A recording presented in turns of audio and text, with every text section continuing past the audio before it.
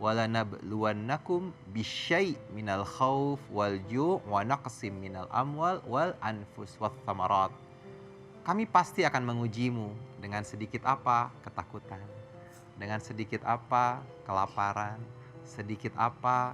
Kehilangan harta, kehilangan jiwa, makanan gak ada, kesehatan semuanya, kehilangan kesehatan tubuh. Tapi apa janji Allah? Wabasyiris sabirin. Bagi mereka yang bersabar, ada kabar gembira yang menanti. Dan setiap ujian itu rumusnya dua, para pemirsa. Yang pertama, semakin berat ujiannya, maka akan semakin besar hadiah yang Allah siapkan. Anda masih di Penyejuk Hati. Ya, sejuk di hati. Kita masih bahas tentang keutamaan sholat dan juga pentingnya sholat ya. Nah tadi ibu-ibu bilang bahwasanya banyak sekali pengalaman-pengalaman sering meninggalkan sholat ya. Bagaimana kita bisa tetap terus konsisten untuk melaksanakan sholat? Mungkin ada ibu-ibu yang mau curhat lagi, silahkan. Oke, boleh saya screening dulu nih. Silahkan ibu. Ya. Assalamualaikum warahmatullahi wabarakatuh. Waalaikumsalam warahmatullahi wabarakatuh. Nama saya Ibu Fatimah dari Majlis Taklim Al Barkah, Gunung Sindur, Bogor. Mohon bertanya Pak Ustadz. Ya Bunda. Saya merasa sering hati saya merasa gelisah dan hidup terasa berat. Setelah saya renungkan, ternyata datang dari diri saya sendiri yang masih sering lalai dalam menjaga sholat saya. Apakah kegelisahan yang saya rasakan karena hubungan saya dengan Allah belum benar-benar saya jaga? Demikian Pak Ustadz, mohon pencerahannya. Wabillahi taufiq wal hidayah. Wassalamualaikum warahmatullahi wabarakatuh. Waalaikumsalam warahmatullahi wabarakatuh. Ini luar biasa Ibu Fatimah, artinya apa ya? Menyadari ada sesuatu yang salah dalam dirinya. Apakah dengan semakin jarang sholat, semakin jauh dari Tuhan membuat kita menjadi galau gundah gulana nih Beh? Silakan Beh. Masya Allah. Oke, Ibu Fatimah. Ya. Lah emang nih semuanya Ibu Fatimah semua. Ya Allah. Masya Allah, hatinya nyambung ya. Para pemirsa Penyejuk Hati yang dirahmati Allah Subhanahu wa Ta'ala, Ibu Fatimah. Ini saya singkat Gegana. Gelisah galau merana. Ya. Ya Andini ya di belakang bisa aja. Ya, namanya biar diperhatiin kan begitu ya. Nah, kemudian Ibu Fatimah ya. Hah? Fatimah. Ya kan kalau orang Betawi kan Fatimah.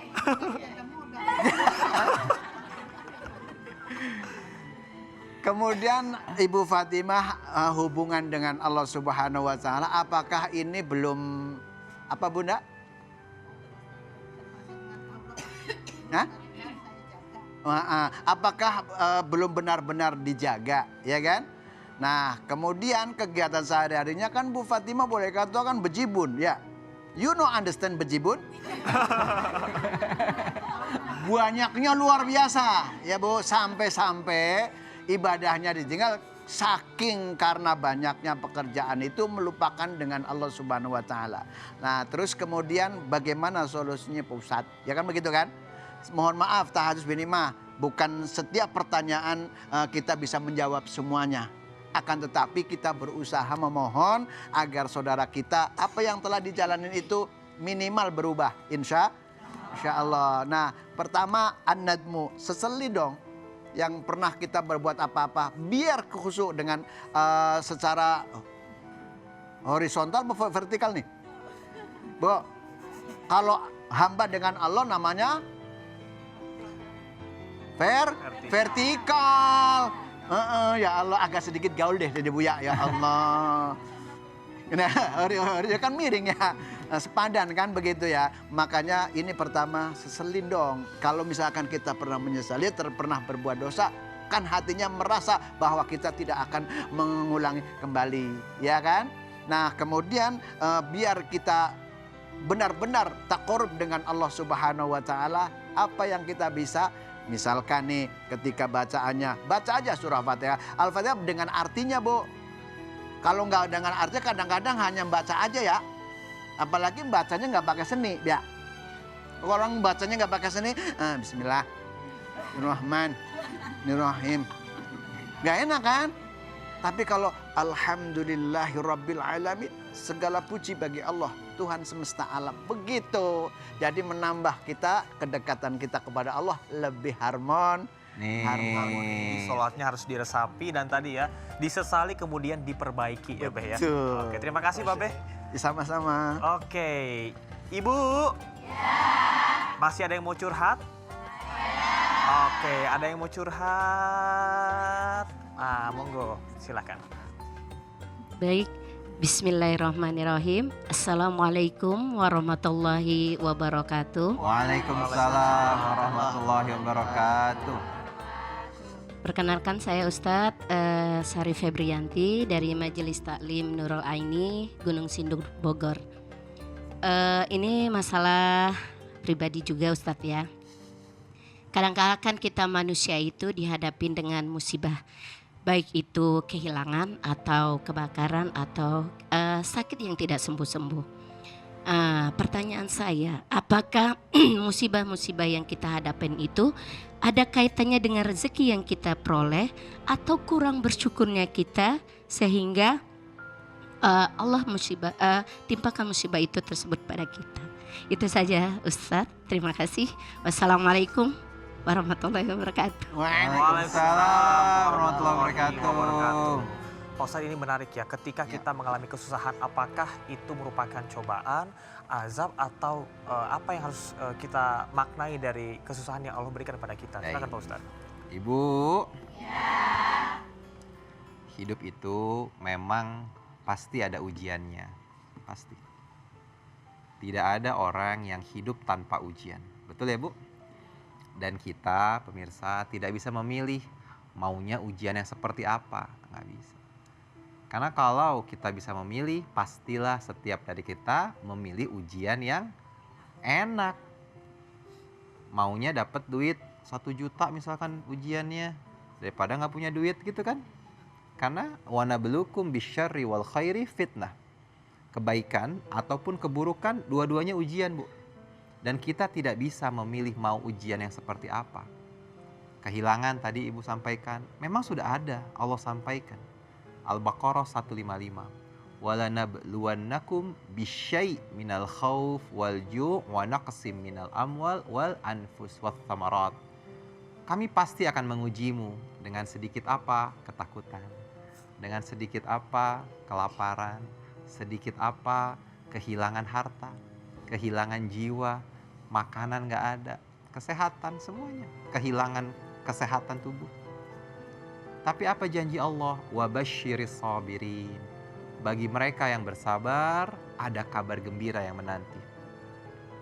Dan setiap ujian itu rumusnya 2, para pemirsa. Yang pertama, semakin berat ujiannya, maka akan semakin besar hadiah yang Allah siapkan. Dan semakin berat ujiannya berarti semakin dekat pertolongan Allah akan datang. Dan ujian adalah tanda cintanya Allah, bukan tanda Allah tidak sayang sama kita. Kata Nabi SAW, Innallaha idza ahabba qauman ibtalahum. Jika Allah mencintai seorang hamba, satu kaum, maka apa yang akan dilakukan? Ibtalahum, Allah akan uji hamba itu. Bukan karena ingin menyiksa hamba itu, bukan. Tapi ingin menguji keimanannya. Bukankah Allah bertanya dalam Al-Quran, apakah kamu mengira akan masuk surga dengan mudah? Padahal belum datang ujian kepadamu, sama seperti kaum-kaum terdahulu. Maka maknai ujian, para pemirsa RCTI, sebagai tanda cintanya Allah. Bukan sebagai rasa tidak sayangnya Allah, enggak. Allah itu memiliki sifat maha baik, maha pengasih, maha penyayang. Dan sifat mahanya ini meliputi keseluruhan untuk seluruh hambanya. Tidak dibeda-bedakan. Berbeda dengan manusia. Manusia kita mungkin sayang hanya orang yang kita sayangi gitu kan ya. Kita akan baik kepada orang yang baik sama kita. Tapi Allah enggak. Bahkan, mohon maaf, dalam sebuah riwayat ada seorang pelacur ya, yang masuk surga hanya karena memberi minum seekor anjing yang kehausan. Bayangkan.